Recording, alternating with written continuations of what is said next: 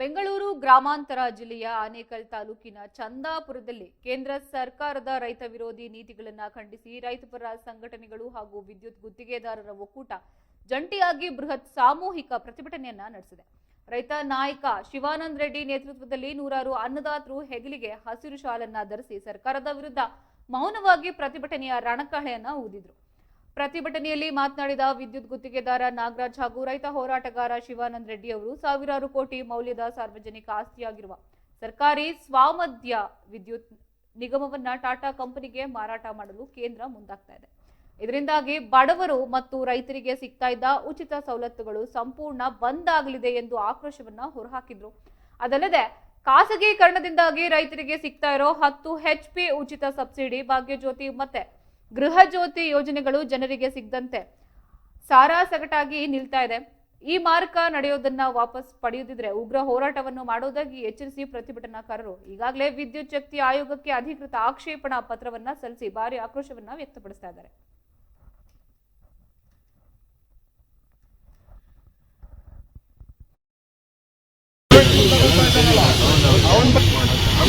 ಕರ್ನಾಟಕ ರಾಜ್ಯ ಸರ್ಕಾರ ಗಮನಕ್ಕೆ ಹಾಗೂ ಕರ್ನಾಟಕ KERC ಅವರ ಗಮನಕ್ಕೆ ತರ್ತಾ ಇದ್ದೀವಿ. ಇವತ್ತು ನಮ್ಮ ಆನೇಕಲ್ ತಾಲೂಕಿನಿಂದ ಎಲ್ಲ ಗ್ರಾಹಕರು ಹಾಗೂ ಬಡಾವಣೆ ನಿವಾಸಿಗಳು ಗ್ರಾಹಕರು ಎಲ್ಲ ಬಂದು ಇವತ್ತು ನಾವೊಂದು ಅರ್ಜಿ ಮುಖಾಂತರ KERCಗೆ ಆಕ್ಷೇಪಣೆ ಸಲ್ಲಿಸ್ತಿದ್ದೀವಿ. ವಿದ್ಯುತ್ ಇಲಾಖೆಯನ್ನು ಖಾಸಗೀಕರಣ ಮಾಡ್ತಾ ಇದ್ದಾರೆ. ಖಾಸಗೀಕರಣ ಮಾಡೋದ್ರಿಂದ ನಮ್ಮಲ್ಲಿರುವ ಬಡವರು, ನಿರ್ಗತಿಕರು, ಸಾರ್ವಜನಿಕರು ತುಂಬ ತೊಂದರೆ ಆಗ್ತಿದೆ. ಸರ್ಕಾರದಿಂದ ಬರುವಂಥ ಅನುದಾನಗಳು ಕಡಿತವಾಗ್ತಿದೆ. ಆದ್ದರಿಂದ ಸರ್ಕಾರ ಇದ್ರ ಬಗ್ಗೆ ಗಮನ ತಗೊಂಡು ಬಡವರನ್ನ, ಸಾರ್ವಜನಿಕರನ್ನ, ನಿರ್ದೋಷಿತರನ್ನ, ಕೂಲಿ ಕಾರ್ಮಿಕರನ್ನ ಗಮನಕ್ಕೆ ತಗೊಂಡು ವಿದ್ಯುತ್ ಇಲಾಖೆಯನ್ನು ಖಾಸಗೀಕರಣ ಮಾಡಬಾರ್ದು. ಈಗೇನಿದೆಯೋ ಬೆಸ್ಕಾಮು, ಅದೇ ಬೆಸ್ಕಾಮು, ಚೆಸ್ಕಾಮು, ಮೆಸ್ಕಾಮು, ಎಸ್ಕಾಮು ಇದನ್ನೇ ಮುಂದುವರ್ಸ್ಕೊಂಡು ಹೋಗ್ಬೇಕೆಂದು KERCಗೆ ನಾವೆಲ್ಲ ಗ್ರಾಹಕರು ಆನೇಕಲ್ ತಾಲೂಕಿಂದ ಒಂದು ಅರ್ಜಿ ಸಲ್ಲಿಸ್ತಾ ಇದ್ದೀವಿ. ಅರ್ಜಿ ಸಲ್ಲಿಸುವುದಕ್ಕೆ ಈಗ ಎಲ್ಲರೂ ಓಡ್ತಾ ಇದ್ದೀವಿ. ಅಲ್ಲ, ಈಗ ಖಾಸಗೀಕರಣ ಮಾಡೋದ್ರಿಂದ ಸಾರ್ವಜನಿಕರಿಗೆ ಯಾವ ಥರದ ಅನಾನುಕೂಲ ಆಗ್ತದೆ ಅಂತ ಹೇಳ್ತೀರಾ? ಖಾಸಗೀಕರಣ ಮಾಡೋದ್ರಿಂದ ವಿದ್ಯುತ್ ಸಂಪರ್ಕ ಪಡೆಯಬೇಕಾದ್ರೆ ಕಷ್ಟ ಆಗ್ತದೆ. ಅವರು ನಿರ್ಧರಿಸುವಂಥ ದರ ಕಟ್ಟಬೇಕಾಗ್ತದೆ. ಈಗ ಬಡವರಿಗೆ, ರೈತರಿಗೆ, ನಿರಾಶ್ರಿತರಿಗೆ ಈಗ ಸರ್ಕಾರದಿಂದ ಬರುವಂಥ ಅನುದಾನಗಳು ಕಡಿತ ಆಗ್ತದೆ. ರೈತರಿಗೆ ಉಚಿತ ವಿದ್ಯುತ್ ಸಂಪರ್ಕ ಕಡಿತ ಆಗ್ತದೆ. ಬಡವರಿಗೆ ಬೆಳಕು ಯೋಜನೆ, ಭಾಗ್ಯಜ್ಯೋತಿ, ಗೃಹ ಜ್ಯೋತಿ ಇದೆಲ್ಲ ಕಡಿತ ಆಗ್ತದೆ. ಅದರಿಂದ ನಷ್ಟ ಆಗ್ತದೆ. ಉದ್ಯೋಗಗಳು ಕೆಲವೊಂದು ವಿದ್ಯುತ್ ಗುತ್ತಿಗೆದಾರರು ಹಾಗೂ ಇಲಾಖೆಯಲ್ಲಿ ಕೆಲಸ ಮಾಡ್ತಾರಂಥ ನೌಕರರಿಗೆಲ್ಲ ನೌಕರರಿಗೆಲ್ಲ ಉದ್ಯೋಗ ಕಡಿತವಾಗ್ತದೆ. ಅದರಿಂದ ಸರ್ಕಾರ ಇದ್ರ ಬಗ್ಗೆ ಗಮನ ಹರಿಸಿ ಈ ಖಾಸಗೀಕರಣನ ಕೈ ಬಿಡಬೇಕು. ಈಗೇನು ನಡೀತಾ ಇದೆ ಬೆಸ್ಕಾಮು ಅದನ್ನೇ ಮುಂದುವರ್ಸ್ಕೊಂಡು ಹೋಗ್ಬೇಕಂತ ನಾನು ಮನವಿ ಮಾಡ್ಕೊತೀವಿ. ನಾವೆಲ್ಲರೂ ಈಗ KERCಗೆ ಹೋಗಿ ಅರ್ಜಿ ಸಲ್ಲಿಸ್ತಾ ಇದ್ದೀವಿ. ಏನಪ್ಪಾ ಅಂದ್ರೆ ಇವಾಗ ಯಾವುದೇ ಒಂದು ವಿದ್ಯುತ್ ಕಂಪ್ನಿ ಇವಾಗ ಏನಿದೆ ಬೆಸ್ಕಾಮ್, ಚೆಸ್ಕಾಮ್, ಮೆಸ್ಕಾಮ್ ಅಂತ ಅದಷ್ಟು ಟಾಟಾ ಕಂಪ್ನಿಯವರು ತಗೊಂಡೋಗಿ ಬಂದಿದ್ದಾರೆ. ಅವ್ರೇನಾದ್ರು ತಗೊಂಡ್ರೆ ಇವಾಗ ನಮ್ಮ ಸರ್ಕಾರ ಮತ್ತು ಇಲಾಖೆ ಎರಡೂ ಸೇರಿ ಏನು ನಮ್ಮ ಸಾರ್ವಜನಿಕರಿಗೆ ಒಂದು ಬಡವರು ಬಂದು ಗೃಹ ಜ್ಯೋತಿ ಇರ್ಬೋದು, ಭಾಗ್ಯ ಜ್ಯೋತಿ ಇರ್ಬೋದು, ಮತ್ತೆ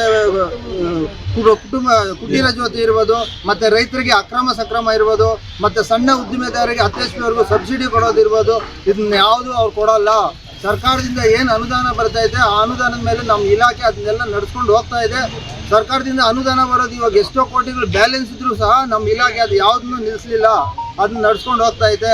ಇದೆಲ್ಲನೂ ಹೋಗುತ್ತೆ. ಮತ್ತೆ ಈಗಲೂ ಸಹ ಎಷ್ಟೋ ಜನ ದಲಿತರ ಮನೆಯಲ್ಲಿ ಮೀಟರ್ ಇರಲಿಲ್ಲ, ಅವ್ರಿಗೂ ಅಷ್ಟೇ ನಮ್ಮ ಇಲಾಖೆಯವರು ಹೋದ್ರೂ ಒಂದು ಮೀಟ್ರ್ ಹಾಕೊಳ್ಳಪ್ಪ, ನೀವು ಬಿಲ್ ಕಟ್ತಿದ್ರೆ ಹೋಗ್ಲಿ ಅಟ್ಲೀಸ್ಟ್ ನಮ್ಗೆ ಲೆಕ್ಕ ಸಿಗುತ್ತೆ ಅಂದ್ಬಿಟ್ಟು ಬರ್ತಾರೆ ಹೊರತು ಅವ್ರಿಗೆ ಯಾವುದೇ ರೀತಿ ತೊಂದರೆ ಕೊಡಲ್ಲ. ಆದರೆ ಟಾಟಾ ಅವರು ಬಂದರೆ ಇದೆಲ್ಲನೂ ನಾಶವಾಗುತ್ತೆ. ಸಾಮಾನ್ಯ ಜನರಿಗೆ, ಬಡವರಿಗೆ, ರೈತರಿಗೆ ಯಾರೂ ಬದುಕೋಕ್ಕಾಗಲ್ಲ.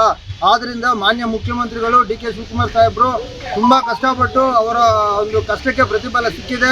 ಅವ್ರು ಖುಷಿಯಾಗಿದ್ದಾರೆ. ಆ ಒಂದು ಖುಷಿ ಎಲ್ರಿಗೂ ಆಗಬೇಕು. ಒಳ್ಳೆ ಆಡಳಿತ ಕೊಡಬೇಕು ಸಾರ್ವಜನಿಕರಿಗೆ ಮತ್ತು ನಮ್ಮ ಕರ್ನಾಟಕ ಜನತೆಗೆ ಒಳ್ಳೆ ಆಡಳಿತ ಕೊಡಬೇಕು ಅಂತ ಈ ಮೂಲಕ ನಾನು ಕೇಳ್ಬೋದು. ಇವತ್ತೇನು ನಾವು KERCಯಿಂದ ಅದನ್ನ ಅಬ್ಜೆಕ್ಷನ್ ಮಾಡೋಕ್ಕೆ ನಮ್ಮನ್ನು ಕರೆದಿದ್ದಾರೆ.